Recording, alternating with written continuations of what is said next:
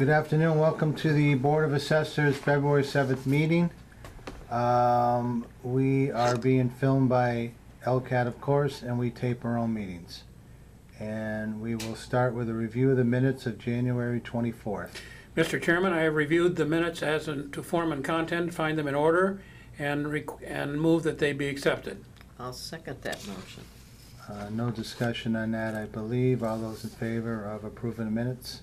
Aye. Say aye. Some administrative items, got warrants from 2017 motor vehicle vehicle excise commitment number 1. This is the main excise We're commitment. all gonna get a bill. Yes, just so the board is aware, on February 2nd, we did receive a notice from the registry that they found a small error in some of their Commitment 1 excise bills. They sent each community a list of which ones had to be abated.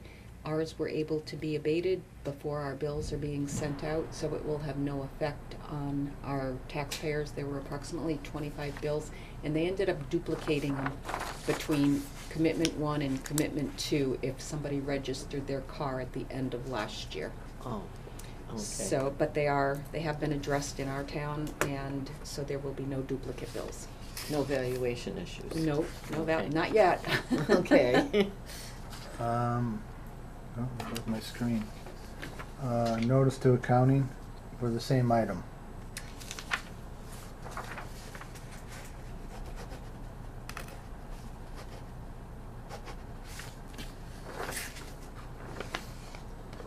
Motor vehicle excise abatements from 2014 and 2016. Totaling $2,970.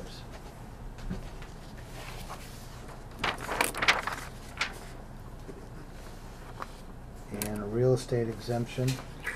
This should be Oh no, both. voted excise abatement for $15. No more docking at Heritage. And a real estate exemption from fiscal 2017 of $1.80. No, that was a refund, the Oh. abatement total. And those are actually. $9,494. Mostly veteran or all veteran? They're all of the ones that the board has approved over Okay. this last month, and this is the end of the month report. And this is the abatement report, and we've only done two abatements, I believe. And In we've the month already of abated them January. already for $1,040. You know, it's unfortunate that Munis calls the exemptions abatements. It And is. I'm wondering if in the future these aren't permanent records though, are they?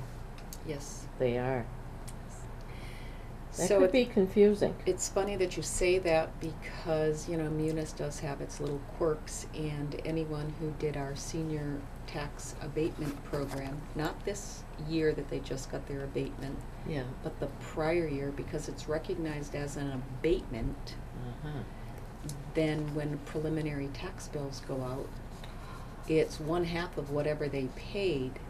So the abatement is an abatement off of their real estate taxes, but technically they earned that money. It's just that they're not being cut a check.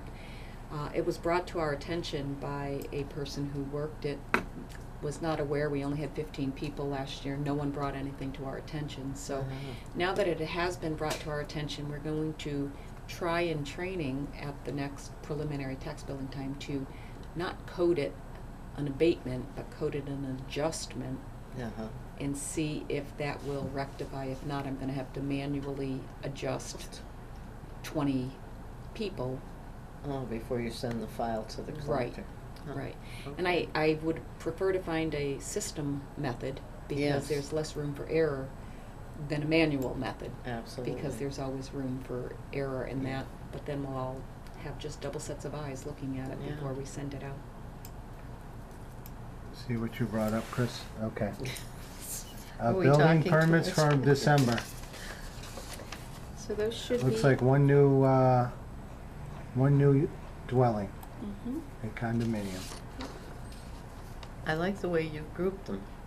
Yeah, we started grouping it so it's by the style rather than the date or what have you, and so Mhm. you can really zone in a lot easier and you can see how many types of permits. So with this one new dwelling, we have 22 year to date, or year end, because this is from December, and the prior year we had 24, so we were pretty consistent. Yep, it might leak down this year too. And now we have a director's update. And that's pretty self-explanatory.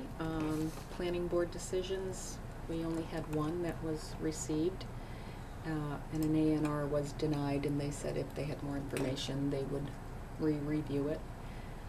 Fiscal 18 recertification has begun. Our consultants has already been in, started working on the sales that have taken place, been out reviewing all of the sales.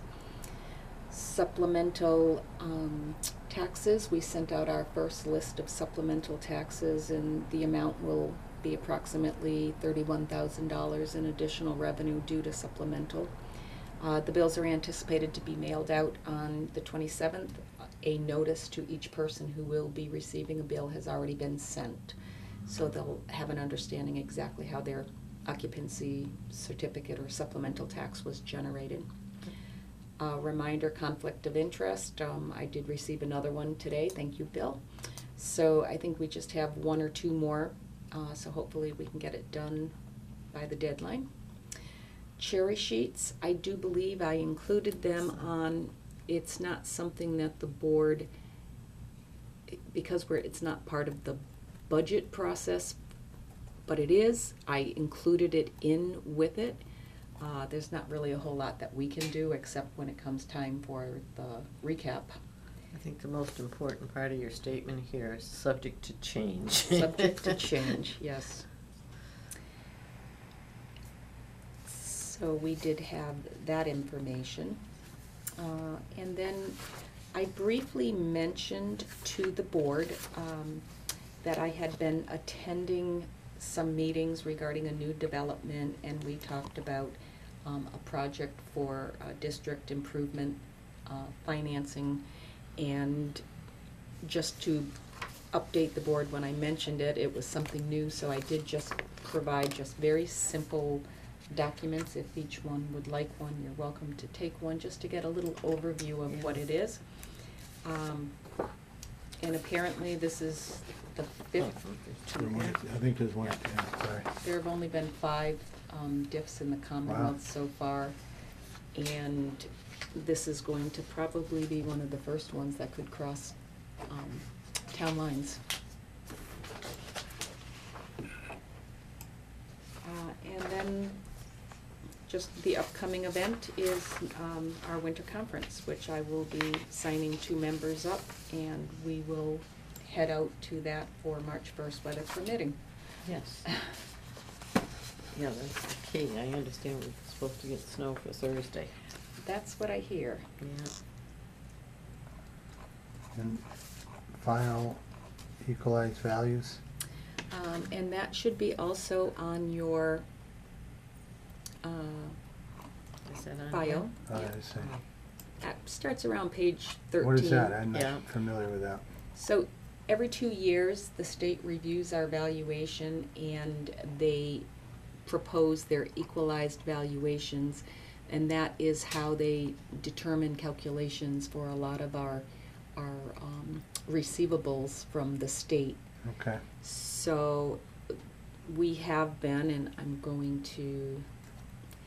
we're at 96%, and I believe we have been pretty much between 96 to 97%. I think last time around, it might have even been 98. Yeah, I remember last time there was one that was off the mark, and we have much better balance this time. Right. Yeah. As they use the equalized values for any Okay. financial distributions from the state.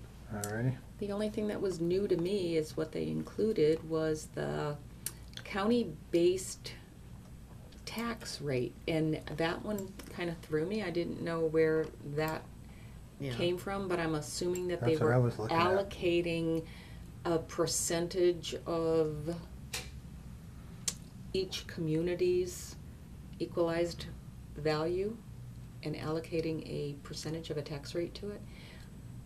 But I've never seen that one before. All right, that's So what I was I wondering. thought I would include it. Not only did they include Hampden County, but I also included all of the counties on page 16. So they just add them all up. Right. Unusual formula. So I'm sure that they've been doing this right along. It's just that I've never seen it before. I don't think they've ever provided What that. paragraph does it say about the county? Go all the way to the bottom. Oh, Well, I don't know if it says anything about it, but the county tax rate, I'm not sure what that is, how they do that. okay. Ah, I've never seen that. Have you seen that no, before? I have not. All right, good. So that's why I don't know what it is. Miss. But I think it's just giving us an overview of how all of the counties, the valuations, and how the total state comes up with. Yeah, the cities are higher and the suburbs are lower. It kind of matches Mm-hmm. Yeah, population almost. Yeah.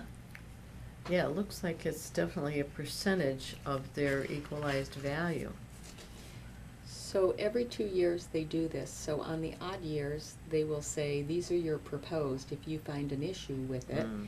And that would be the opportunity for the Board of Assessors to petition them to change it if we felt it was incorrect. These are saying, these are your Yeah, final it's values. not trivial. You got the tax capacity aspect of the state aid formula in here. Yeah, Exactly, yep. All right. No, nothing else in correspondence. Now we have real and personal valuation and some real estate exemptions to discuss in executive session. The reason to make, so I read that out? yeah. You make a motion. Make a motion to go into executive session to comply with the provisions of Chapter 59, Section 60, to discuss and review real and personal property abatement applications and statutory exemption applications, exemption number 7. And we will return to open session to adjourn. And we'll take a roll call vote. Bill Johnson, Yes. Chris Sonia, Yes. Marty Grudgeon, yes.